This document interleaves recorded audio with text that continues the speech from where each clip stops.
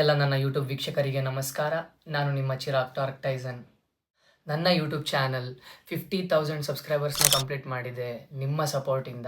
Thank you so much. ಇದೇ ಥರ support ಮಾಡ್ತಾಯಿರಿ ಅಂತ ಹೇಳ್ತಾ, ನಾನು ಈ ವಿಡಿಯೋದಲ್ಲಿ ಏನೇನು ಸ್ಟೆಪ್ಸ್ನ ಫಾಲೋ ಮಾಡಿದೆ ನನ್ನ ಚಾನಲ್ನ ಮಾನಿಟೈಸ್ ಮಾಡ್ಕೊಳ್ಳೋಕ್ಕೆ ಅಂತ ಹೇಳ್ಕೊಡ್ತೀನಿ. ಹಾಗೆ ಪಿನ್ನ ಅಪ್ಲಿಕೇಶನ್ ಹೇಗೆ ಮಾಡಿದೆ ನಾನು ಅಂತಲೂ ಹೇಳ್ಕೊಡ್ತೀನಿ. So let start the video. ನಿಮ್ಮ ಯೂಟ್ಯೂಬ್ ಚಾನಲ್ನ ಮಾನಿಟೈಸ್ ಮಾಡಬೇಕು ಅಂದರೆ ನಿಮಗೆ ಮಿನಿಮಮ್ 1000 ಸಬ್ಸ್ಕ್ರೈಬರ್ಸ್ ಇರಬೇಕು. ಲಾಂಗ್ ವೀಡಿಯೋಸ್ ಆದರೆ 12 ಮಂತ್ಸಲ್ಲಿ 4000 ವಾಚ್ ಅವರ್ಸ್ ಮಾಡಬೇಕು. ಶಾರ್ಟ್ ವೀಡಿಯೋಸ್ ಆದರೆ 90 ಡೇಸಲ್ಲಿ 10 ಮಿಲಿಯನ್ ವ್ಯೂಸ್ ಮಾಡಬೇಕು. ನಾನು ಇದರಲ್ಲಿ ಚೂಸ್ ಮಾಡ್ಕೊಂಡಿದ್ದು ಶಾರ್ಟ್ಸ್ನ. ನಾನೆಂದಕ್ಕೆ ಶಾರ್ಟ್ಸ್ನ ಚೂಸ್ ಮಾಡಿಕೊಂಡೆ ಅಂದರೆ ಜಾಸ್ತಿ ಬೇಗ ಜನರಿಗೆ ರೀಚ್ ಆಗುತ್ತೆ. ಹಾಗೆ ಸಬ್ಸ್ಕ್ರೈಬರ್ಸ್ ಗ್ರೋತ್ ಕೂಡ ಅಷ್ಟೇ ತುಂಬ ಫಾಸ್ಟಾಗಿ ಆಗುತ್ತೆ. ಮತ್ತು ಕಡಿಮೆ ಡ್ಯೂರೇಷನ್ ಆಫ್ ವೀಡಿಯೋದಲ್ಲೇ ಮ್ಯಾಕ್ಸಿಮಮ್ ಕಂಟೆಂಟ್ನ ಜನಕ್ಕೆ ಕೊಡ್ಬೋದು. ಜಾಸ್ತಿ ಟೈಮ್ ವೇಸ್ಟ್ ಮಾಡೋದು ಬೇಡ. ನನ್ನ ಚಾನಲ್ನ ನಾನು ಮಾನಿಟೈಸ್ ಮಾಡ್ಕೊಳ್ಳೋದಕ್ಕೆ 3 ಟಿಪ್ಸ್ನ ಫಾಲೋ ಮಾಡಿದ್ದೀನಿ. ಆ ಟಿಪ್ಸ್ನ ನಾನು ನಿಮಗೂ ಹೇಳ್ಕೊಡ್ತೀನಿ. ಇಲ್ಲಿವರೆಗೂ ವಿಡಿಯೋ ನೋಡಿ ಯಾರ್ಯಾರು ನನ್ನ ಚಾನಲ್ನ ಸಬ್ಸ್ಕ್ರೈಬ್ ಮಾಡಿಲ್ವೋ ದಯವಿಟ್ಟು ಸಬ್ಸ್ಕ್ರೈಬ್ ಮಾಡ್ಕೊಳ್ಳಿ ಅಂತ ಹೇಳ್ತಾ, ಟಿಪ್ ನಂಬರ್ 1 ಕನ್ಸಿಸ್ಟೆನ್ಸಿ ಅಂದರೆ ಕನ್ನಡದಲ್ಲಿ ಸ್ಥಿರತೆ ಅಂತ. ಯಾವುದೇ ತರಹದ ಏನೇ ಒಂದು ಪ್ರಾಬ್ಲಮ್ಸ್ಗಳು ಬಂದ್ರೂ ಅದನ್ನು ನಾವು ಸೈಡಿಗಿಟ್ಟು ಯಾವಾಗಲೂ ಕನ್ಸಿಸ್ಟೆಂಟಾಗಿ ಕೆಲಸ ಮಾಡ್ತಾನೆ ಇರ್ತೀವಿ. ಯಾಕಂದರೆ ನಾವು ಚೆನ್ನಾಗಿ ಬದುಕಬೇಕು, ನಾವು ಚೆನ್ನಾಗಿರಬೇಕು ಅಂತ.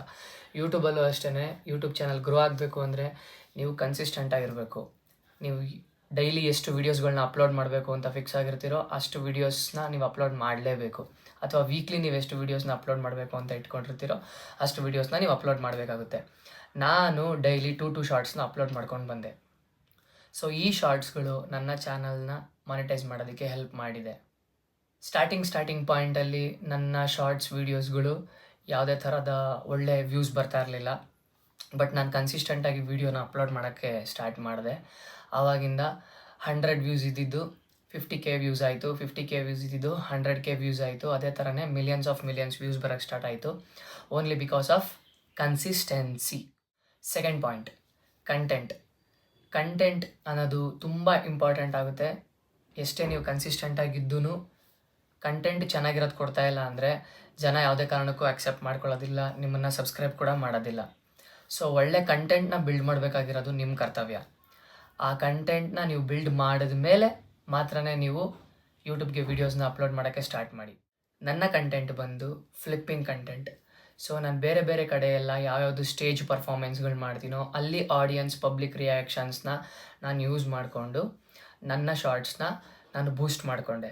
ಸೊ ಅದೇ ರೀತಿಯೇ ನೀವು ಕೂಡ ನಿಮ್ಮ ಕಂಟೆಂಟ್ ಯಾವುದಿದೆ ಅದ್ರ ಮೇಲೆ ನೀವು ವರ್ಕ್ ಮಾಡಿದ್ರೆ ನಿಮಗೊಂದು ಸೊಲ್ಯೂಷನ್ ಸಿಗುತ್ತೆ. ಆ ಸೊಲ್ಯೂಷನ್ನ ನೀವು ಇಟ್ಕೊಂಡು ವೀಡಿಯೋಸ್ನ ಪೋಸ್ಟ್ ಮಾಡೋಕ್ಕೆ ಅಂತ ಸ್ಟಾರ್ಟ್ ಮಾಡಿ. ಅದರಲ್ಲಿ ಕೆಲವೊಂದು ವೀಡಿಯೋಸ್ಗಳಿಗೆ ವ್ಯೂಸ್ ಬರೋದಿಲ್ಲ, ಕೆಲವೊಂದು ವೀಡಿಯೋಸ್ಗಳಿಗೆ ವ್ಯೂಸ್ ಬರುತ್ತೆ. ಏನನ್ನ ಇಷ್ಟಪಡ್ತಾ ಇದ್ದಾರೆ ಜನ ನನ್ನ ಕಂಟೆಂಟಲ್ಲಿ ಅವ್ರಿಗೇನು ಇಷ್ಟ ಆಗ್ತಿದೆ ಅನ್ನೋದನ್ನು ಫೋಕಸ್ ಮಾಡಿ ಅದನ್ನು ಪಾಯಿಂಟ್ ಔಟ್ ಮಾಡಿ ಅದ್ರ ಮೇಲೆ ಜಾಸ್ತಿ ವೀಡಿಯೋಸ್ನ ಅಪ್ಲೋಡ್ ಮಾಡೋಕ್ಕೆ ಸ್ಟಾರ್ಟ್ ಮಾಡಿ. ಯಾರೋ ಬೇರೆ ಯೂಟ್ಯೂಬರ್ಸ್ಗಳ್ದು ನೋಡಿ ಅವ್ರು ಇದೇ ಟೈಮ್ಗೆ ಅಪ್ಲೋಡ್ ಮಾಡಿ ಅಂತ ಹೇಳ್ತಾರೆ, ಅದೇ ಟೈಮ್ಗೆ ನೀವು ಅಪ್ಲೋಡ್ ಮಾಡೋಕ್ಕೆ ಹೋಗ್ಬೇಡ್ರಿ. ಅವ್ರದ್ದೇ ಬೇರೆ ಆಲ್ಗರಿದಮ್ ಇರುತ್ತೆ, ನಿಮ್ಮದೇ ಬೇರೆ ಆಲ್ಗರಿದಮ್ ಇರುತ್ತೆ. ನಿಮ್ಮ ಆಡಿಯನ್ಸು ಅವ್ರ ಆಡಿಯನ್ಸು ಟೋಟಲಿ ಡಿಫ್ರೆಂಟ್ ಇರ್ತಾರೆ. ಸೊ ಕಂಟೆಂಟ್ ಅನ್ನೋದು ಮತ್ತೊಂದು ಇಂಪಾರ್ಟೆಂಟ್ ಪಾಯಿಂಟು ನಿಮ್ಮ ಯೂಟ್ಯೂಬ್ ಚಾನಲ್ನ ಗ್ರೋ ಮಾಡೋದಕ್ಕೆ. 3ನೇ point, good video quality, good editing.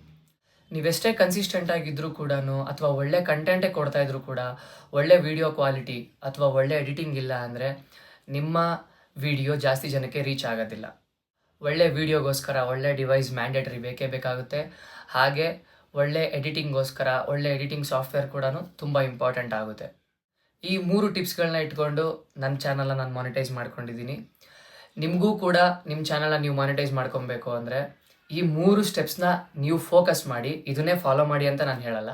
ನಿಮ್ಮ ಕಂಟೆಂಟ್ಗೆ ಯಾವ ಸ್ಟೆಪ್ ಇಂಪಾರ್ಟೆಂಟ್ ಇದೆಯೋ ಅದನ್ನು ಫೈಂಡ್ ಔಟ್ ಮಾಡಿ ಅದ್ರ ಮೇಲೆ ನೀವು ವರ್ಕ್ ಮಾಡಿ ಆಟೋಮೆಟಿಕ್ಕಾಗಿ ನಿಮ್ಮ ಚಾನಲ್ ಮಾನಿಟೈಸ್ ಆಗುತ್ತೆ.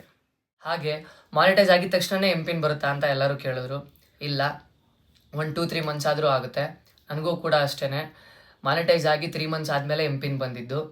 ಸೊ ಒಂದು 4 ಸ್ಟೆಪ್ಸ್ ಇದೆ, ಅದನ್ನು ನೋಡ್ಕೊಳ್ಳಿ ಹೇಗೆ ನಾನು ಪಿನ್ನ ಫಿಲ್ ಮಾಡಿದೆ ಅಂತ.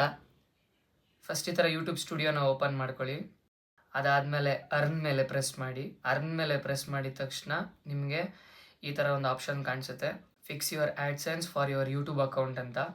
ಅದ್ರ ಮೇಲೆ go to AdSense for your YouTube ಅಂತ ಹೊಡೀರಿ. ಅದನ್ನು ಕ್ಲಿಕ್ ಮಾಡಿದ ತಕ್ಷಣ ನಿಮಗೆ ಈ ಥರ ಪೇಜ್ ಓಪನ್ ಆಗುತ್ತೆ. ಆ್ಯಕ್ಷನ್ ಅನ್ನೋದ್ರ ಮೇಲೆ ಕ್ಲಿಕ್ ಮಾಡಿ ಕೆಳಗಡೆಗೆ ಸ್ಕ್ರಾಲ್ ಮಾಡಿ ಅಲ್ಲಿ enter the PIN we mail to your payment address ಅಂತ ಕಾಣಿಸುತ್ತೆ. ಅದರಲ್ಲಿ ನಿಮ್ಮದು 6 ಡಿಜಿಟ್ MPIN ನೀವು ಅಪ್ಲೈ ಮಾಡಿ ಸಬ್ಮಿಟ್ ಕೊಡಿ. ಅದಾಗಿ 24 hours ಆಗ್ತಿದ್ದಂಗೆ ನಿಮ್ಮ ಯೂಟ್ಯೂಬ್ ಸ್ಟುಡಿಯೋದಲ್ಲಿ ಅರ್ನಿಂಗ್ ಸೆಕ್ಷನ್ ಓಪನ್ ಆಗಿರುತ್ತೆ. ಹಾಗೆ ತುಂಬ ಜನ ಫ್ಲಿಪ್ಸ್ ಟ್ಯುಟೋರಿಯಲ್ನ ಮಾಡಿ ಅಂತ ಹೇಳ್ತಾ ಇದ್ದೀರಾ. 100% ನಾನು ಮಾಡ್ತೀನಿ. ನಂದು ಮೆಂಬರ್ಶಿಪ್ ಕೂಡ ಓಪನ್ ಆಗಿದೆ ನನ್ನ ಚಾನಲ್ದು. ಇಂಟ್ರೆಸ್ಟ್ ಇರೋರು ಜಾಯಿನ್ ಆಗ್ರಿ. ಯಾವುದೇ ಥರದ್ದು ಫ್ರೆಶ್ ಕಂಟೆಂಟ್ಸ್ಗಳಿತ್ತು ಅಂದ್ರೂ ಅದರಲ್ಲಿ ಹಾಕ್ತಿರ್ತೀನಿ, ನೋಡ್ಕೊಳ್ಳಿ, ಕಲ್ತ್ಕೊಳ್ಳಿ.